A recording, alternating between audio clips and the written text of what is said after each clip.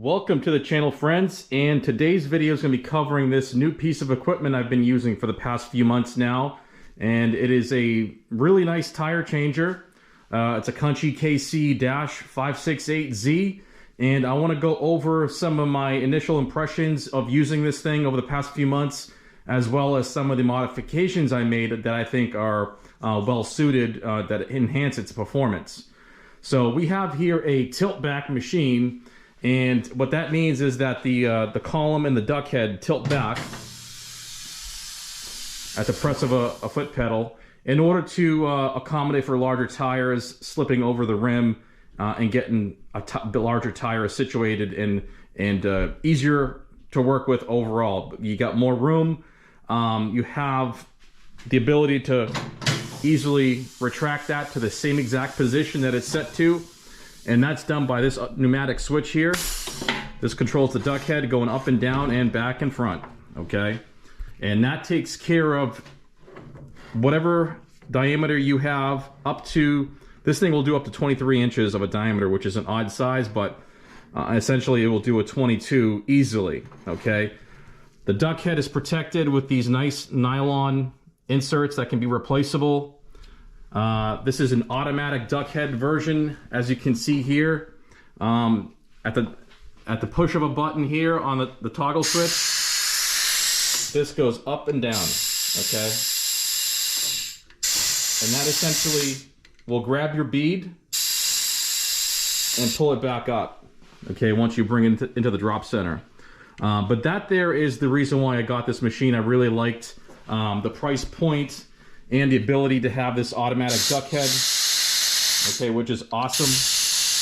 It basically makes it a touchless machine, so you don't have to use your standard lever, which is this right here. Okay, I don't have to use this anymore. I only use this just in case for other applications, but as you can see here, I have one that's protected, and then if I want to remove the sheath, the protector, and use it raw dog, I can do that too. But I have the option to also remove this, okay, completely. Remove this bolt here, undo this set screw, and this thing pops right off, okay? And this is one of the modifications I did, was that I put this like quick detach fitting here into the top cover, which allows me to disattach this, insert a plug, and then I can remove the whole automatic Duckhead, leverless Duckhead, and go back to a normal, regular, manual style Duckhead if I wanted to. I have a couple Duckheads, and also like a smaller one for smaller diameter stuff. But like I said, this is easily removable. This is a standard diameter. I believe it's 30 millimeter diameter, as you can see right here. There's a little sticker. Okay, really nifty. Okay, I really like this function. You just bring it down and then you bring it back up. Okay, so let's tilt this back. I think we went over the operation of the column here. The whole Duckhead is easily movable, and then we'll lock right in place as soon as you go ahead and operate that switch. So another little quick tip on this thing is when you set your distance away from the rim, if you touch it with this plastic and then you operate and lock it down, it actually moves away and up like 1/8 of an inch off the rim itself. So that's really nice because you don't have to compensate for having a gap around the rim. But like I said, this is a touchless machine. It will do a rim and tire without touching it, okay? Which is nice. Well, I should say it doesn't touch the rim, it touches the tire. Modifications onto here.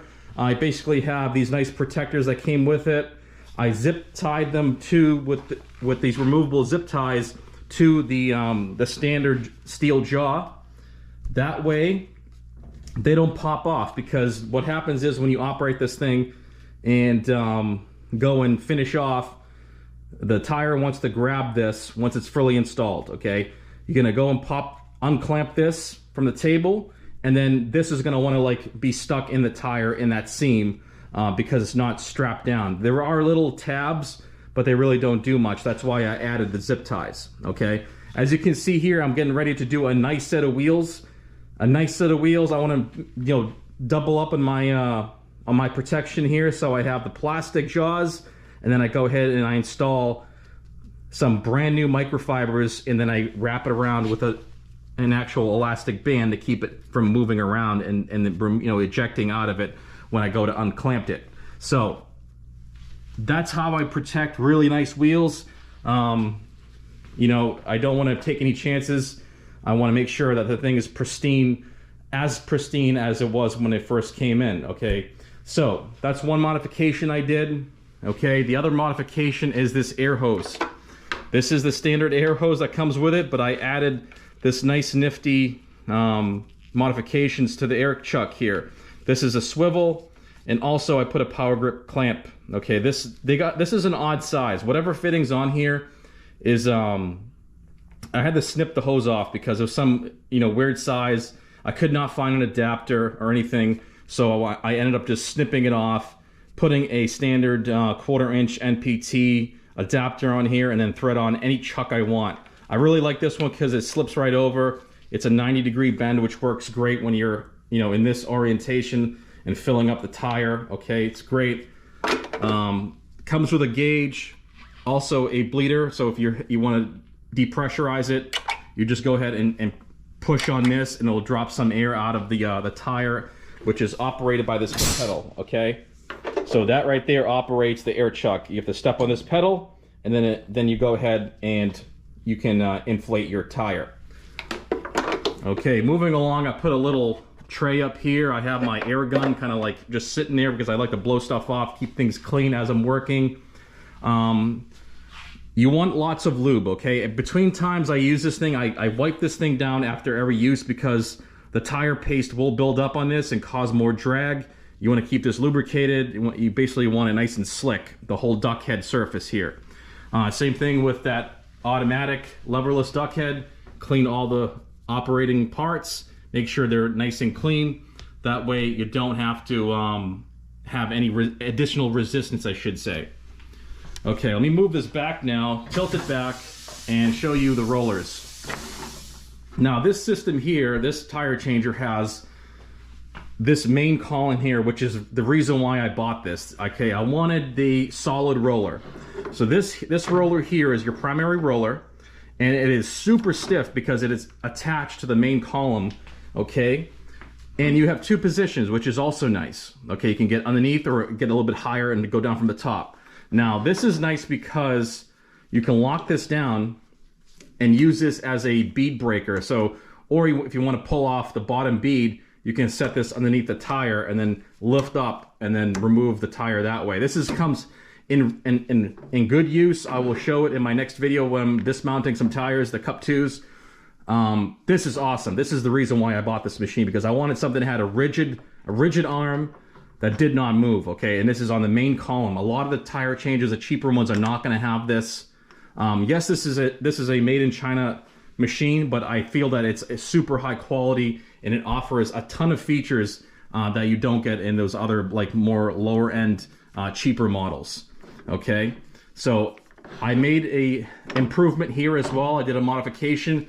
It came with this standard roller right here, okay? It came with this size, which is nice. But I upgraded to a larger diameter just so I can use it to bead massage and get a little bit deeper on the tire. Okay, a little more reach essentially right here on the, you know, deeper onto the tire. This right here will not bead massage really easily, so this is the reason why I chose this one, okay? But this one here is super nice, it goes in and out. It's got this super massive, like, 1.5-inch arm that it comes out on. I also had to modify, I had to buy another one of these and then cut it and fit it nicely so this was nice and tight, so I didn't have a shit ton of wobble. On this one, as you can see, it's a longer unit. I had to, you know, basically make up that difference with a spacer that's solid, because I first had like a really thick hose in there and then it was just moving around too much. But this here is a much better improvement and I'm really happy with that. So that there allows me to do all sorts of things. Like I said, helps you push down the tire so you can lube it up, all sorts of things, but it's super stiff. That's the difference between this one here and the one mounted to the column, which this one is going to be super rigid when you need it to be super rigid, and this one here is your secondary, which is, you know, moves in and out and allows you to apply additional force as you're mounting the tire. Okay, this is a 3-point system of contact here, so you have your primary, like we're just talking about, secondary, and then you have this tertiary, a third assistant arm that goes up and down with this toggle switch, okay? The whole thing will move, so all three work in unison. If you can see that, okay? This thing is extremely strong, and it basically will do low profile tires. So if you have a 20 series, a 30, whatever, this is the reason why you need these extra rollers and this extra grip here. This right here will help hold down the tire in the drop center, and it'll work its way around completely as you finish off the install on the rim. So it also came with this right here. This is a centering cone which goes right on here. If I can do this with one hand. All right, so that goes on like that. And when you have a really low profile tire or a stiff a sidewall tire, the wheel assembly, when you first put it on here and try to clamp it down, is not going to be compliant, okay? It's going to want to really kind of rise up and not fit right into these jaws. So it's going to ride up, and then you're going to go to operate the table clamp, the rim clamp, and it's not going to grab, or it's going to grab on like two of the jaws and then not on the other side. Then you're going to have the thing squeeze on a rim in an awkward way. So to prevent that, this is why you need this. This is also another reason why I bought this machine, is because it had this assist arm with the centering cone, okay? You need this. If you're gonna do difficult tires, you know, that you actually care about, in fancy tires, fancy wheels, fancy tires, whatever you wanna call it, you're gonna need a ability to push the center of the wheel with a centering cone, okay? That's protected. This is all plastic and nylon here. And this is gonna help you push down the whole wheel assembly and then force it into these jaws as they're clamping down and coming in, okay? That's the advantage of having this. You have this adapter.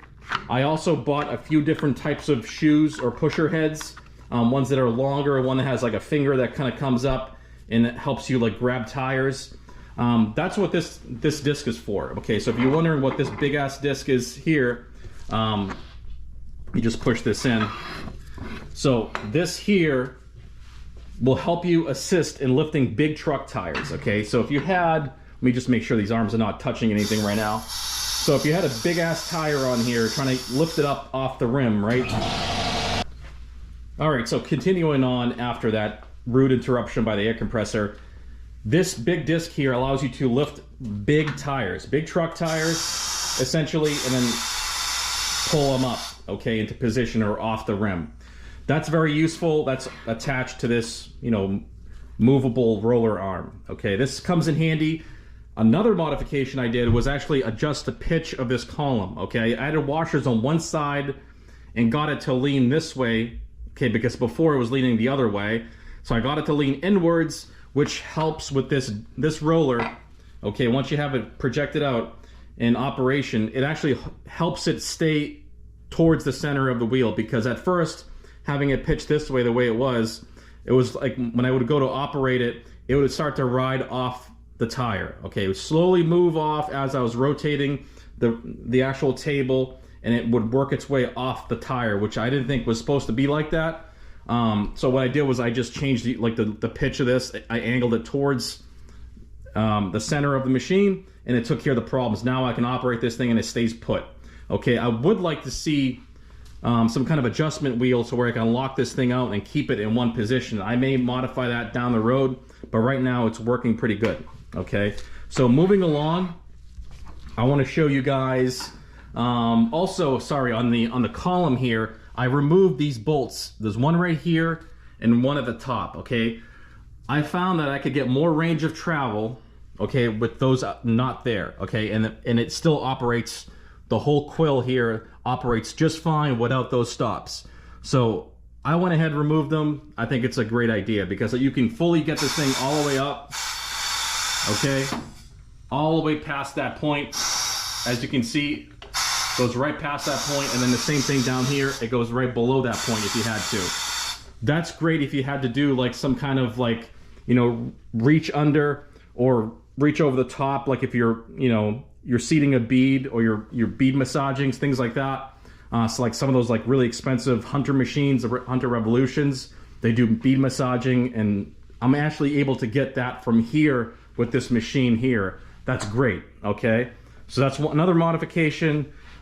Here we have the shovel, the bead breaker, you know, self-explanatory. It's got an insane reach. I think you can get up to like a 14-inch or 15-inch rim in here. Insane reach. Got my brush here, a little shelf there for the brush, which is nice. Okay, I added this right here. So this did not come with it. This nice little mount for the pail for my tire paste. So the tire paste is nice there, located exactly where you need it. I added these like storage trays right there. Comes in handy because this thing really has no storage. There's some out there that have nice little storage cubbies, and that's something I really wanted, but I wasn't able to get that. So I went ahead and found my own little trays around the shop that I'm using here as, like, you know, like temporary storage when I'm, you know, breaking down an actual tire. Moving along, as you can see here, another modification I did was add casters to the machine. I find that this is an awesome improvement versus just having it sitting on top of a pallet, blocks of wood, and you know, just sitting in a weird way. This allows me to move it around if I have to, and makes it mobile and portable. Okay, it runs on 110, which is great. I like that, and it runs on, you know, you need air. Okay, it operates between 80 and 120 or 130 psi. I operate it right at like 90 because I don't want it to be too forceful. I find at 90 psi it's got plenty of force to hold down a rim and not provide any additional force to possibly, you know, cause cracking or any weird too much pressure, because too much pressure is just going to beat up these jaws and beat up the wheel itself. It's going to like push on the wheel a little too much. If you don't need it, you don't need it. Okay, so I decided to just run it at like 90 psi, and I've been doing great. But it says you can run it up to 120 or 130 psi, but that's just to let you guys know what the operating pressure is. So, you know, like I said, very simple operation. Here we have a two-way speed. We can go forward and reverse, you know, clockwise or counterclockwise on the actual table itself. This operates the shovel, and this operates the rim clamp. This is like a progressive style. So what happens is you can actually open it all the way, and then once you reverse the direction, you can actually come in like increments just by tapping the pedal, which is nice. That works, and then once you get your size set, you can go ahead and depress the pedal again, and then it's going to clamp down all the way fully.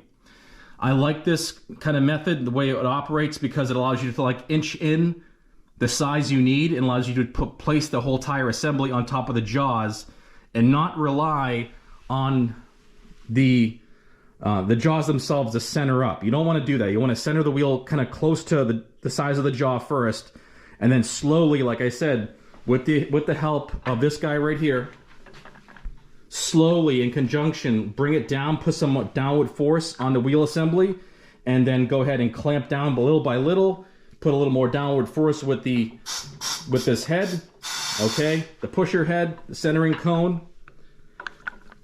That way you can gently grab that rim and then continue with your work. And then the last foot pedal is the tilt back. Okay, so 4 pedals, very simple operation. Like I said, this thing is super easy to use. You have this nice little grab bar up here. You got the toggle switch for the up and down on the main column. And I keep on losing that centering cone. But anyways, I think I covered all of the modifications I did. There was quite a few. It was like a half a dozen things that I just told you about when it came to improving this machine. And oh, another thing I did was I marked off, okay, on the table here, I will show you guys. On the table here, I'm not sure if you can see that, but there's a scale. It's actually like, it says 10 inches, 12 inches, 14. There's a really nice scale on the table, but at first I couldn't understand where the hell do you like reference this scale on the actual movable jaw. Well, I ended up just putting a dot. So I went with a tape measure across the jaws, you know, say 20 inches, right? So if I'm at 20 inches, that's going to be for a 20-inch rim, but it's actually set like at like 21, okay, for the actual opening. That way I can bring in my rim and be just outside that size, ready to clamp it, okay, which is nice because I can line up this dot that I made with a Sharpie to the scale, okay? So now I can actually use this scale and it's fully functioning into, you know, an actual way that makes sense. Because at first, none of one of these points line up, okay? Nothing on this movable part, this carrier piece, lines up with the scale exactly. Maybe they figured that you're gonna make your own mark. So that's what it is. That's how I got it to be more functional and actually put it to use. But it's great to use because in conjunction, like I said, it allows you to like really figure that size out before you you go ahead and clamp it down. All right, so another thing I want to touch on is that all these plastic pieces are replaceable.